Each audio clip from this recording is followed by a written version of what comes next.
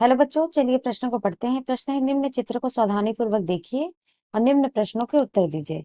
आप देख सकते हैं बच्चों, यहाँ एक चित्र है और प्रश्न है, कम से कम 3 पादपों के नाम लिखिए जिनके व्यापारिक स्तर पर उत्पादन हेतु इस तकनीक का प्रयोग किया जाता है।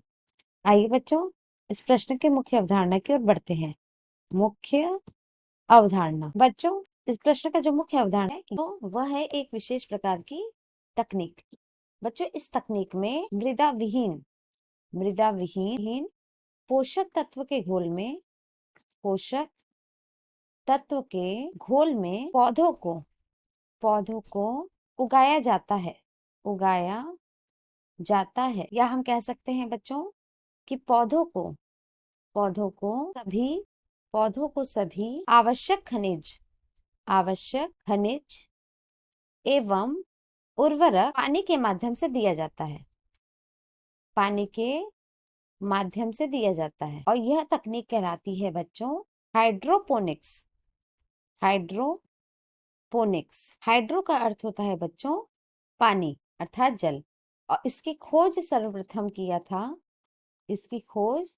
सर्वप्रथम जूलियस सेकस ने सन 1860 में किया था। तो बच्चों, जैसा कि प्रश्न में पूछा है कि कम से कम 3 पादपों के नाम लिखिए जिनका व्यापारिक स्तर पर उत्पादन हेतु इस तकनीक का प्रयोग किया जाता है। तो हाइड्रोपोनिक्स जो तकनीक है बच्चों, इसके व्यापारिक स्तर पर कुछ पादपों के उत्पादन में किया जाता है और वह पादप हैं जो कि व्यापारिक स्तर पर उत्पादन किए जाते हैं। वह है टमाटर, दूसरा है बच्चों बीज रहित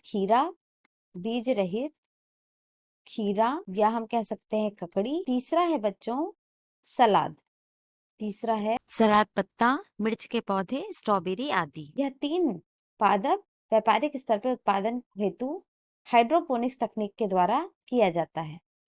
आशा करते हैं बच्चों मुख्य अवधारणा के आधार पर प्रश्न का उत्तर समझ आया होगा। धन्यवाद।